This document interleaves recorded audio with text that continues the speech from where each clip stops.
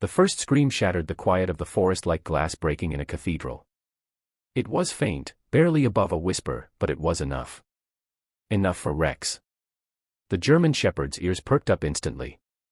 He stood still for half a second, then darted through the underbrush like a bullet fired from a gun. Officer Mark Daniels, his handler, could barely keep up as the dog vanished between the trees. But Mark knew better than to call him back. Rex was trained for this. And somewhere in the darkening woods, a little girl's life was on the line.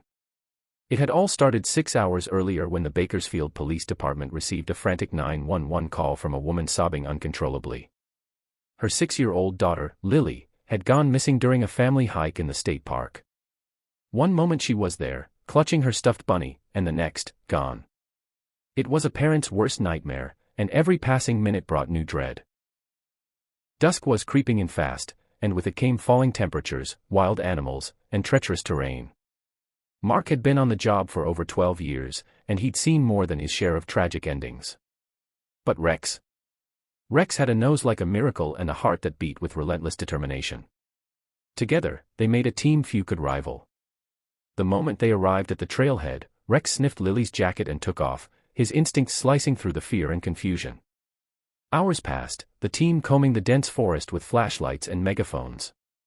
The temperature dropped, and the possibility of survival shrank. Just when hope began to feel like a luxury no one could afford, Rex heard that faint scream. Not a cry for help, but a whimper of exhaustion, like a candle flickering before going out. The dog sprinted until he reached a narrow ravine hidden beneath a blanket of leaves. And there she was, Lily. Her face was pale, cheeks streaked with dirt and tears. Her little body was curled against a mossy rock, her arms hugging her stuffed bunny so tightly it looked like a lifeline. She was shivering, barely conscious, her voice hoarse from calling out. Rex didn't wait. He nuzzled her gently, then lay beside her, wrapping his warm body around her small frame. His trained instincts kicked in, licking her face to keep her awake, growling just loud enough to keep nearby animals at bay. Mark, following the GPS tracker on Rex's collar, arrived minutes later, heart pounding with fear and hope. When he saw Lily nestled against Rex, alive, he dropped to his knees and exhaled for the first time in hours. "Good boy," he whispered, tears filling his eyes. "Good boy, Rex." But what happened next, no one saw coming.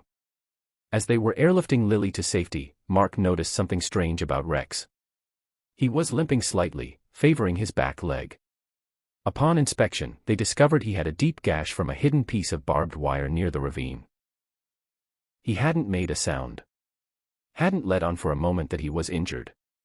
He'd stayed by the girl.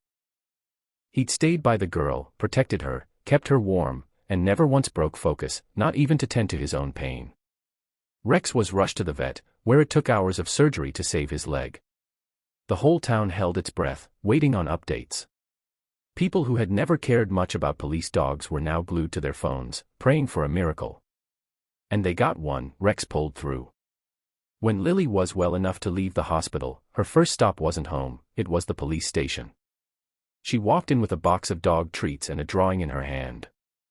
Crayoned on it was a picture of a little girl hugging a big dog under the stars. She handed it to Rex, who was back on his feet, tail wagging like the hero he was. From that day on, Lily and Rex were inseparable. The department made Rex the honorary protector of Bakersfield's children, and the town threw a parade in his honor. The mayor handed Rex a golden dog tag engraved with, "To the one who heard her when no one else could."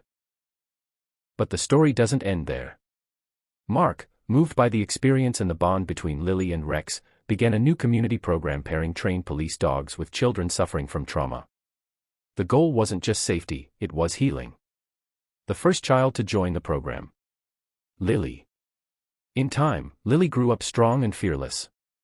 She would go on to speak at schools and community centers about the night she got lost and how a dog found her, not just in the woods, but in the dark spaces of fear and loneliness. And every time she spoke, she would end with the same line, "Sometimes angels don't have wings. Sometimes, they have paws." And that, dear viewer, is how a single moment of courage and loyalty from one police dog changed not just a life, but an entire community. A story of instinct, bravery, love, and the unbreakable bond between human and animal. Now, tell me, do you believe in heroes with paws?